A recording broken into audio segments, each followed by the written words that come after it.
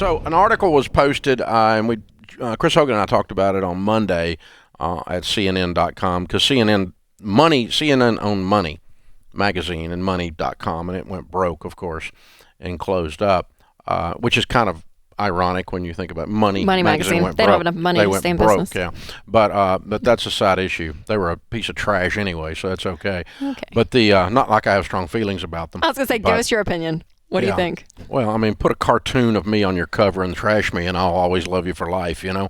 So anyway, the CNN does an article Monday that says, since they don't have the money thing, they have to still do money, that says that people are saving money at the best rate since Ronald Reagan. And Hogan and I are like, yes. And what this proves is that even in hard times, you can save money if saving money is a priority. It is not there's systemic problems with the economy, and the rich are getting richer and the poor are getting poorer, and no one can save money. Listen, if your kid's sick, you can save money, save the kid. You find the money to save when it becomes important enough to save money. And Hogan and I talked through that. So they've now expanded the article to this ridiculous tripe. Americans are slashing their spending, hoarding cash, and shrinking their credit card debt as they fear for their jobs could disappear during the coronavirus pandemic. U.S. credit card debt suddenly reversed course in March, yes, and fell by the largest percentage in more than 30 years, yes. At the same time, savings rates climbed to levels unseen since Ronald Reagan was in the White House. Although caution is a logical response to that uncertainty, hunkering down also poses a risk to the economy, to the recovery of an economy dominated by consumer spending. The so-called V-shaped recovery can't happen if consumers are sitting on the sidelines. Well, let me help you guys with this, because apparently you haven't left your newsroom lately. You do not have a V-shaped return to the economy when entire states are still at home, dumb butt. I mean, seriously. Now, that analysis could apply 30 to 90 days from now if the nation is back when to everyone's work open, right? And they're still hoarding cash and reducing debt. You could make that analysis. But right now, they're not outspending anyway, you doofuses, unless they're buying it on Amazon.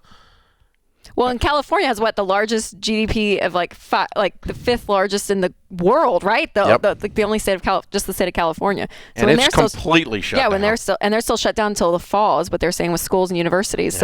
Yeah. So all that to say, it's not a correct analysis when you look at it from. Well, and here's the thing, and then let's go ahead and fast forward and try to apply the logic in a logical way rather than an illogical way. Let's say that Americans forever decide, because they've been through this, that we are going to be wiser and we're going to carry little to no credit card debt and we're always going to save money. Does that, in fact, crash the economy? In truth, it does not. Because, here's the thing, if households are stabilized through their own problems and through outside problems, they continue spending. Savings stabilizes households. If households don't have as much credit card debt, you know what they have? More money. You know what they do with some of that more money? They spend it. So this is the same dumb butt logic that people have said, well, if everyone in America followed Dave Ramsey and didn't borrow money and save money, American economy would collapse. No, it wouldn't collapse. It would boom, because human beings would actually have more money because they're not giving it to banks and car companies. Human beings would have more stability in their lives because they would have savings. And it would cause a boom if you used biblical principles for handling money, which is saving money and staying away from debt. And so it's the same stupid idea that the consumer has you have a patriotic obligation to spend your stimulus check to stimulate the economy.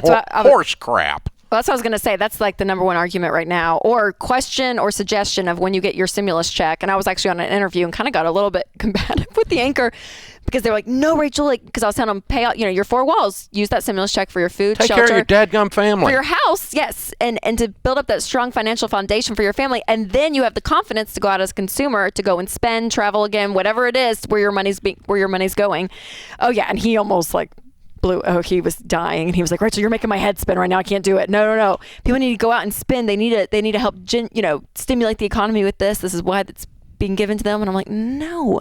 People are freaked out with this, and so use it for your own household. So you're exactly right that when you have confidence in your own home, then that's when you're going to go out and actually spend the money that you've earned. You're going to go, and even though you saved for it, you're going to go buy a brand new car. You're going to go out to dinner. You're going to go do these things with the money that you have because you actually have the money. And it goes, the reason that the stimulus passed so easily was severalfold. Obviously, the politicians were trying to buy votes. Obviously, people were very scared, and they were trying to calm them down. But the other reason that the stimulus passed so fast and so easily is the same reason that Anchor believes that, is that we have been taught in school our whole lives that Keynesian economics, John Maynard Keynes invented Keynesian economics, actually works, which there's all kinds of data that says it doesn't work. Now, Keynesian economics is the government creates jobs and stimulates the economy. It's what FDR did in the New Deal.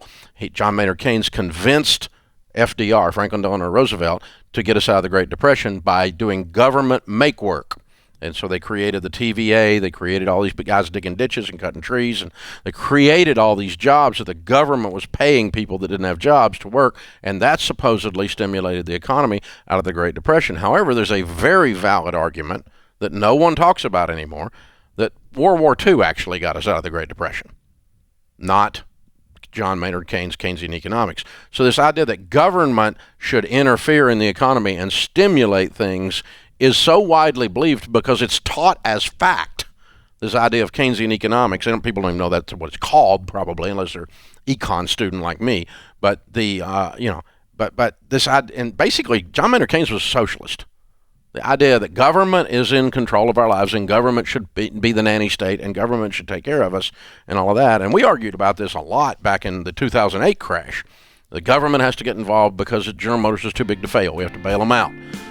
Goldman Sachs is failing or dead. And so, but hovering just below the surface is this idea that in 7th grade economics class, it was taught to you that Keynesian economics is fact. That the government's job, one of their roles, is to jump in and bail the economy out and stimulate the economy by creating cash flow or jobs. And it's absolutely false. There's nothing proven by it. But, here we did it again at a record level at $2 trillion freaking dollars. So, lots of problems out there, people. You have to think for yourself. This is the Dave Ramsey Show.